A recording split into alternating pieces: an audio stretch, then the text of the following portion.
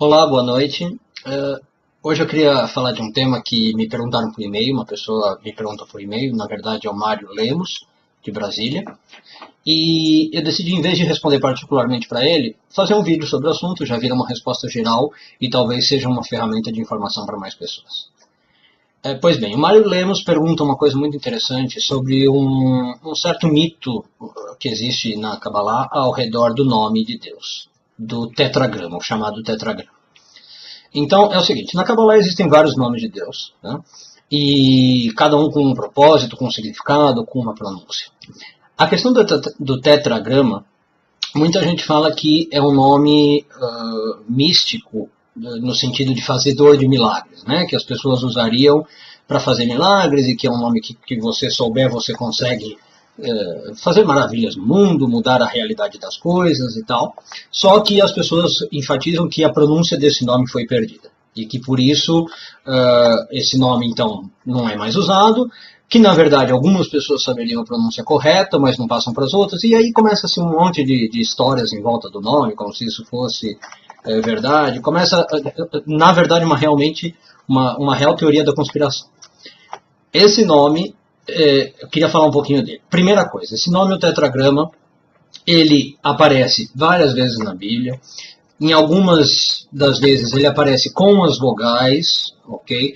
Porque no hebraico não é toda palavra que precisa ser escrita com vogal, no hebraico moderno. No hebraico bíblico as palavras são escritas com vogais, ou seja, os nomes são escritos na Bíblia com um jeito correto de pronunciar, com o nomezinho correto.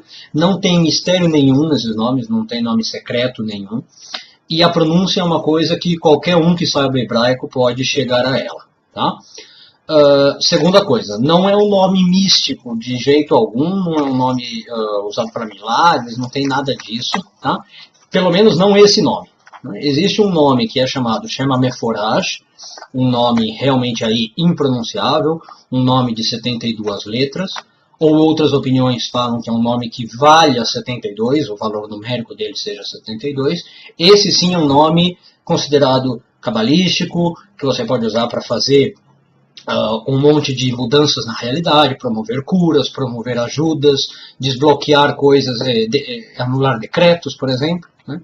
Esse nome é aquele que alguns místicos sabiam, e os que tinham conhecimento desse nome, a partir de um momento começou a se chamar de Baal Shem, ou no plural os Baalei Shem. Né? Então Baal Shem significa literalmente o que tem o nome, aquela pessoa que possui o nome. Então as pessoas que em algum momento sabiam desse nome e empregavam sob certas condições, elas eram chamadas Baalei Shem. Pois bem, a pronúncia do Yud, Rei, depois o Vav, depois o Rei, essas 4 letras, por que as pessoas dizem então que não tem a pronúncia? Se eu falei que na Bíblia aparece escrito e que tem lá assim a pronúncia correta. A questão é que os judeus em geral e os cabalistas também não pronunciam o nome, não porque não sabem a pronúncia, mas por questão de temor, por questão de reverência ao nome. Né?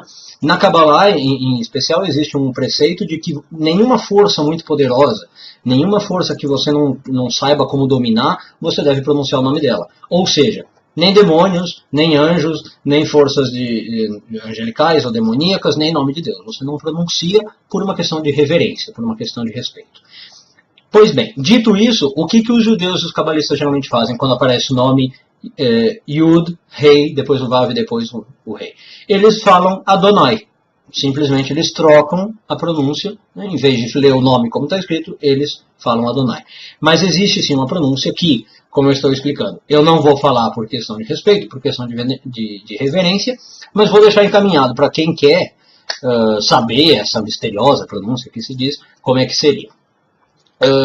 Então não vou falar, mas vou dar a chave para desmistificar o negócio por trás.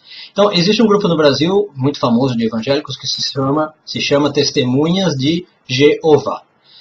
Esse nome Jeová é muito parecido com a pronúncia correta do nome em hebraico. Tá? A única diferença é que esse J você trocaria por I ou por Y, porque é o Yud, e entre o E e o O você poria um Rei.